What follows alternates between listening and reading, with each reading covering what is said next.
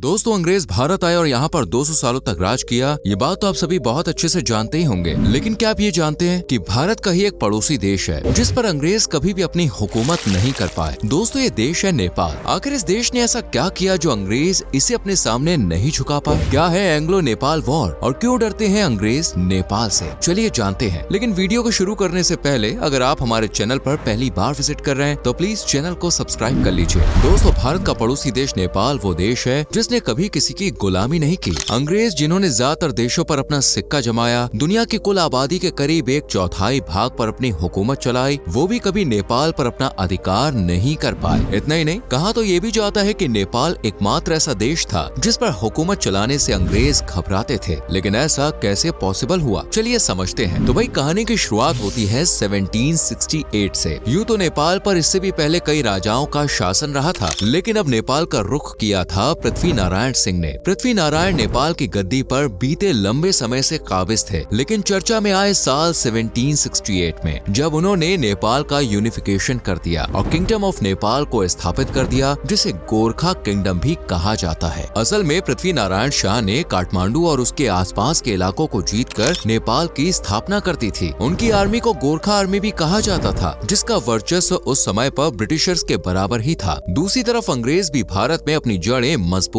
करने में लगे हुए थे। ब्रिटिशर्स की नजर अब बंगाल पर पड़ चुकी थी, इसलिए इन्होंने बंगाल की तरफ अपने कदम बढ़ाए, जिसका रिजल्ट हुआ प्लासी का युद्ध। 23 जून 1957 को रॉबर्ट क्लाइव के नेतृत्व में ब्रिटिश ईस्ट इंडिया और बंगाल के नवाब के बीच प्लासी का युद्ध हुआ, जिसमें कंपनी ने सिराजुद्दौला को हराकर बंगाल के नवाब की सेना को ढेर कर दिया। यहीं ईस्ट इंडिया कंपनी और अंग्रेज दोनों की पकड़ बंगाल में मजबूत हो गई। ये वो समय था जब इंडियन सब कॉन्टिनेंट के पास सिर्फ 2 ही शक्तियों का वर्चस्व था, एक तो अंग्रेज और उनकी ब्रिटिश ईस्ट इंडिया कंपनी और दूसरी नेपाल की गोरखा आर्मी। और हम सभी जानते हैं कि अगर आस पड़ोस में जब 2 शक्तियां जन्म लेती हैं तो बवंडर भी आता ही है, और यहाँ भी कुछ ऐसा ही होने वाला था। दरअसल साल 1768 में नेपाल की गोरखा आर्मी ने कुछ ऐसा कर दिया कि ना चाहते हुए भी ये दोनों शक्तियां आपस में टकरा गईं। हुआ यूं था कि नेपाल अपनी बॉर्डर लाइन क्रिएट कर रहा था। गोरखा आर्मी ने क्या किया कि नेपाल के साउथ बॉर्डर को बढ़ाकर ब्रिटिश के नॉर्थ बॉर्डर तक पहुंचा दिया, जिससे अंग्रेज तिलमिला उठे। आप खुद सोचिए, जिस समय अंग्रेजों का वर्चस्व लगभग पूरी दुनिया पर चलने लगा था, उस वक्त ऐसा कांड तो विवाद तो भाई लाजमी था। 1814 से 1815 तक गोरखाओं को अपने इस काम के बदले ब्रिटिशर से 2-2 हाथ करने पड़े, और दोनों के बीच 1816 तक एंग्लो गोरखा युद्ध लड़ा गया। लेकिन यहाँ लोचा ये भी है कि आखिर नेपाल ने ऐसा किया क्यों? तो आपको बता दें, इसके पीछे की वजह थी बाउंड्रीज को बढ़ाने की पॉलिसीज और सोच। दरअसल उस दौर में ब्रिटिश आर्मी और गोरखास दोनों ही अपने अपने क्षेत्रों की सीमाएं बढ़ाना चाहते थे।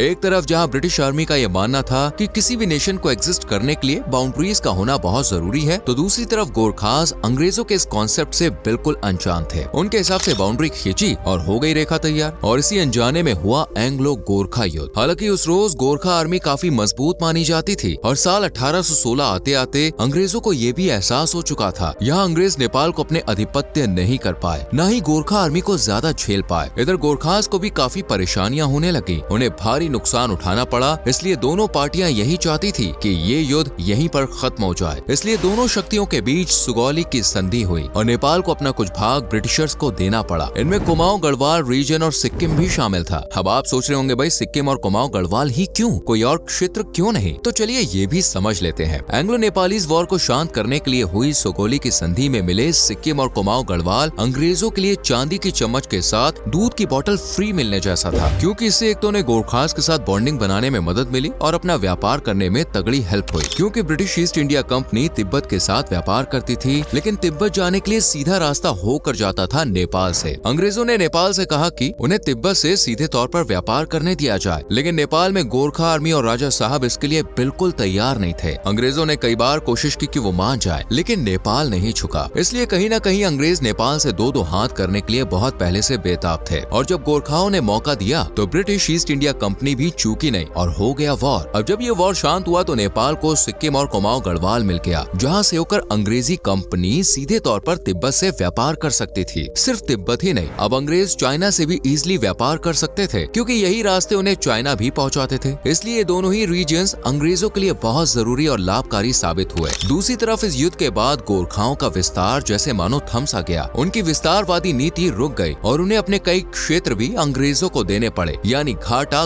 गोरखाओं को ही हुआ। वैसे आपको बता दें, इस युद्ध में गोरखाओं को संधि करने पर मजबूर होना पड़ा अंग्रेजों की चालूपंथी की वजह से। जी हाँ, युद्ध को अगर हम शुरुआत में देखें तो गोरखा जीतते हुए नजर आ रहे थे, लेकिन अंत में ब्रिटिशर्स ने उनको मजबूर कर दिया। हुआ यूं था कि गोरखाओं की सेना में भर्ती सैनिक अलग अलग ट्राइब से थे और वो अपनी लॉयल्टी अपने लीडर के प्रति रखते थे। इस बात का ज्ञान किसी और को हो ना हो, लेकिन अंग्रेजों को बहुत अच्छे से था। उन्होंने इसका फायदा उठाया और आखिर तक आते आते बड़ी संख्या में गोरखा सैनिक गायब हो गए, जिस वजह से गोरखास कमजोर पड़े और बात संधि तक पहुंची। लेकिन ऐसा नहीं था कि गोरखाओं और अंग्रेजों के बीच ये कोई पहली वॉर थी, बल्कि इससे पहले भी वो कई बार आमने सामने आ चुके थे। साल 1768 में भी ये दोनों आपस में मार काट कर चुके थे। इतिहास तो ये भी बताता है कि काठमांडू के राजा ने अंग्रेजों के साथ पहले ही ट्रेड रिलेशनशिप्स मजबूत कर लिए थे। इतना ही नहीं, जब काठमांडू के राजा के खिलाफ गोरखाली सेना ने जंग का ऐलान किया था, तब अंग्रेजों ने अपनी सेना की एक टुकड़ी काठमांडू के राजा को बचाने के लिए भेजी थी। ये उस वक्त की बात है जब पृथ्वी नारायण शाह नेपाल का विस्तार कर रहे थे।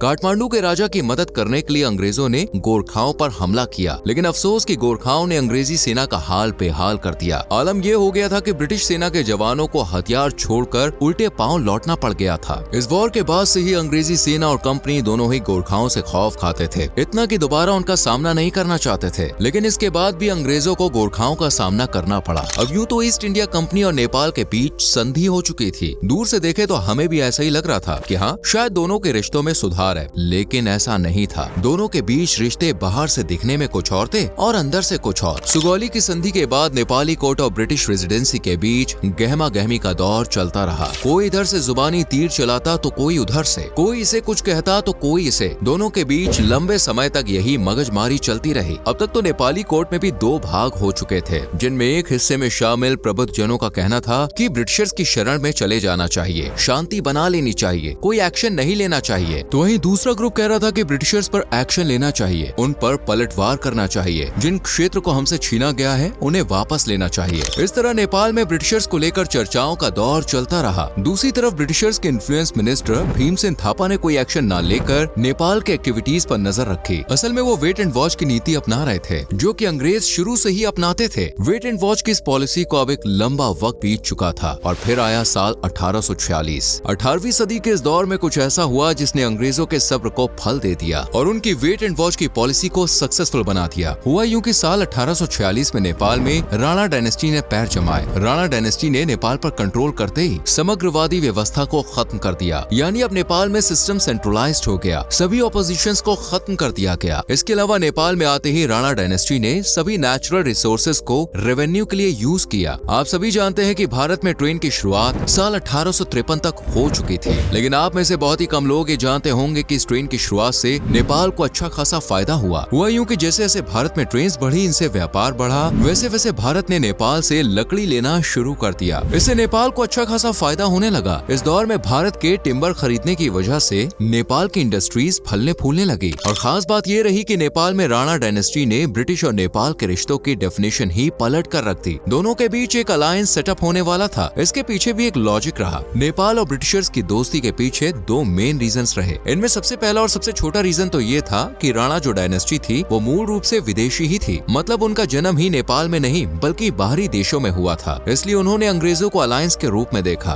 दूसरा जो इन दोनों के बीच दोस्ती का कारण रहा वो था 1857 की क्रांति। जनवरी 1858 आते आते दिल्ली और उसके आसपास लगभग ये रिबेलियन खत्म हो चुका था। मार्च 1858 आते आते ब्रिटिशर्स की सैन्य टुकड़ी ने लखनऊ पर अपना आधिपत्य जमा लिया।